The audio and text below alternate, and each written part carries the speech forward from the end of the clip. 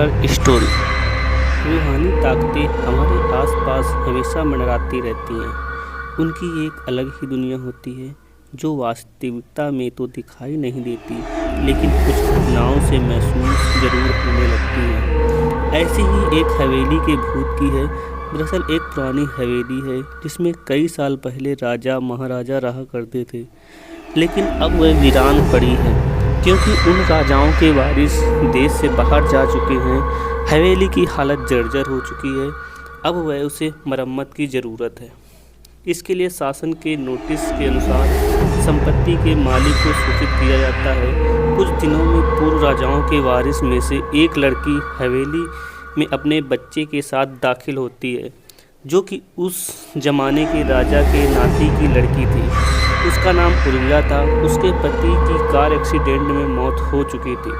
अब वह विधवा हो चुकी है, लेकिन उसके पास उसका एक बेटा है जो 8 वर्ष का है और वह भी अपनी मां के साथ हवेली आया है। हवेली बहुत विशाल थी, इसलिए उसकी साफ सफाई के लिए कई मजदूर बुलाए गए, जिन्हें चप्पे चप्पे की सफाई करने का ठेका दिया गया। किसी को नहीं पता कि हवेली के कोने कोने में कितने खूनी रहस्य छुपे हैं। उर्मिला के आने के बाद हवेली की हवा रूहानी होने लगती है। ऐसा लग रहा था मानो कोई वर्षों से इंतजार कर रहा। इस हवेली के वारिस का एक रात उर्मिला अपने कमरे में अपने बच्चे के साथ सो रही होती है। अचानक उसके खिड़की में से पक्षी टकराकर मर जाता है। यह घटना अपने आप में असामान्य थी।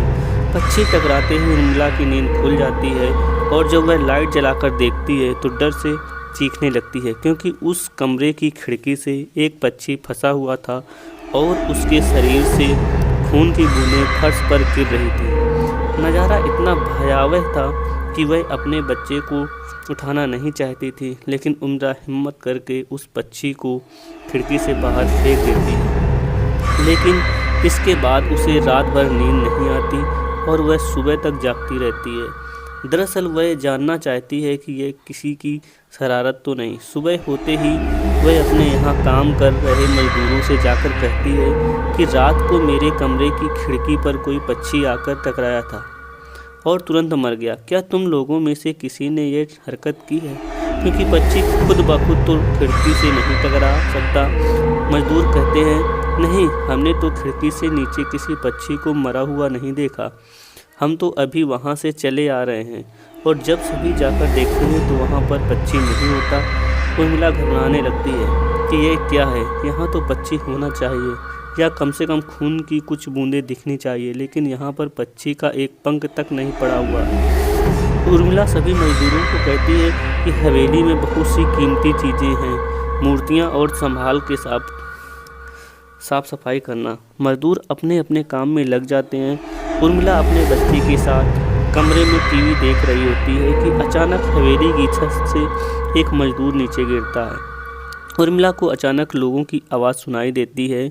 वह भागकर खिड़की से नीचे देखती है तो एक मजदूर की लाश पड़ी होती है। उर्मिला कमरे से नीचे आती है और उसके गिरने के कारण पूछती है।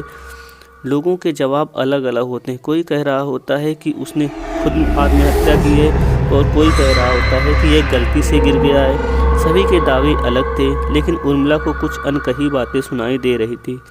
उर्मिला के कान में अचानक एक आहट के साथ आवाज़ आती है, अपने बच्चे को बचा सकती है तो बचा ले। उर्मिला यह वाक्य सुनते ही अपने कमरे की तरफ भागने लगती है, क्योंकि कमरे में उसका बच्चा अकेला टीवी देख रहा होता है। जैसे ही उर्मिला कमरे में पहुंचती है तो उसका बेटा खिड़की से कूदने वाला ही होता है कि उर्मिला उसका पैर पकड़ लेती है और वह खिड़की से लटक जाता है। उर्मिला पूरी ताकत से उसे ऊपर खींचती है, लेकिन बच्चा फिर भी कूदने की जिद कर रहा होता है। उर्मिला किसी कदर अपने बच्चे को काबू में करती है और कमरे के बाहर आ जाती है और वह मजदूरों से पूछती है, बताओ क्या है इस हवेली में, क्योंकि ये बच्चा तो ऐसा नहीं कर सकता और अभी ये सब जो हो रहा है कुछ अलग ही चल रहा है। तभी एक बूढ़ा मजदूर उर्मिला से कहता है, बेटी, ज़्यादा जानना हो तो अपने पूर्वजों की कहानी पढ़ो, तभी तुम्हें इस हवेली का इतिहास पता चलेगा। इस हवेली की कहानी की किताब इसी गांव के सरपंच के घर में रखी होती है, जो कि बहुत साल पहले मर चुके थे, लेकिन अब भी उनके बेटों के पास वह किताब मौजूद थी। उर्मिला सरपंच के घर पहुंचती है और किताब ले लेती है। किताब पढ़ते ही उसे पता चलता है कि इस हवेली में एक नौकर नौकरानी भी थे जिनके बीच में बहुत प्यार था और वह कई सालों से हवेली की सेवा कर रहे थे।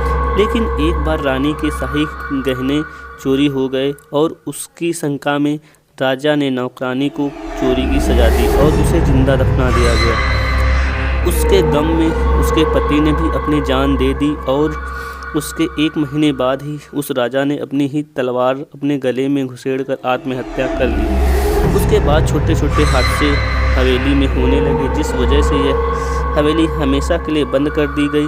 कई सालों के बाद वहाँ कोई आया है, जिससे वहाँ रहने की आत्माओं को मौका मिल गया फिर से बदला लेने का।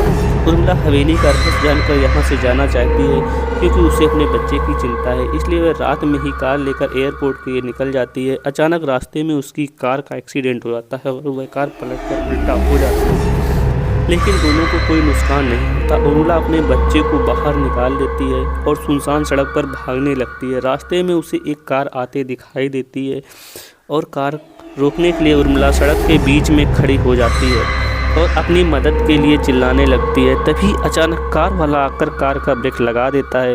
उर्मिला पास जाकर देखती है तो उसकी हिम्मत बढ़ जाती है क्योंकि यह एक पुलिस ऑफिसर था। उर्मिला हड़बड़ाहट में उसे अपनी बात कहती है और रोने लगती है। पुलिस ऑफिसर उन्हें अपनी गाड़ी में बैठने को कहते हैं और रोड में जाने लगते हैं। रास्ते में एक बूढ़ा सड़क पर जा रहा होता है और इनकी कार के सामने आते ही रोड पर गिर जाता है। पुलिस ऑफिसर गाड़ी से उतरकर उस व्यक्ति को देखते हैं। बूढ़ा व्यक्ति बेहोश हो चुका था। पुलिस ऑफिसर उसे गोद में उठाकर अपनी गाड़ी में पीछे बैठा देता है और अस्पताल के लिए चलने लगता है। अचानक उस बूढ़े व्यक्ति का हाथ पीछे से पुलिस ऑफिसर की गर्दन तक पहुंच जाता है। पुलिस ऑफिसर छटपटाने लगते हैं और अचानक गाड़ी का ब्रेक लगा देते हैं। गाड़ी की स्पीड कम होने की वजह से कार वहीं खड़ी हो जाती है और ऑफिसर अपनी गन निकालकर बूढ़े की तरफ निशाना लगाकर गोली चला देता है। बूढ़े की सर में गोली लगने से भी उसकी जान नहीं जाती। महिला और पुलिस ऑफिसर दोनों समझ चुके थे कि यह कोई भूत है। भूत को देखते ही उर्मिला अपने बच्चे को लेकर बाहर निकल जाती है और इसी बीच पुलिस ऑफिसर भूत की पकड़ से अपने आप को छुड़ाने में कामयाब हो जाते हैं। पुलिस ऑफिसर के बाहर निकलते ही तीनों बाहर रोड से भागने लगते हैं और कुछ देर भागते हुए उन्हें सड़क के किनारे जगमगाती लाइट दिख रही होती है। पुलिस ऑफिसर उर्मिला से कहते हैं कि मैडम यह एयरपोर्ट है, जल्दी चलिए। उर्मिला अपने बच्चों को लेकर एयरपोर्ट के अंदर पहुंच जाती है। एयरपोर्ट पहुंचते ही उर्मिला की जान में जान आ जाती है क्योंकि पुलिस ऑफिसर की बहादुरी की वजह से उसके बच्चे की जान बच गई। लेकिन हवेली में भूतिया ताकतों का आधिपत्य अभी तक बना है और इसी के साथ खूंखार भूतिया कहानी खत्म हो जाती है। दोस्तों, कहानी अगर अच्छी लगे तो लाइक शेयर एंड सब्सक्राइब करें। जय हिंद।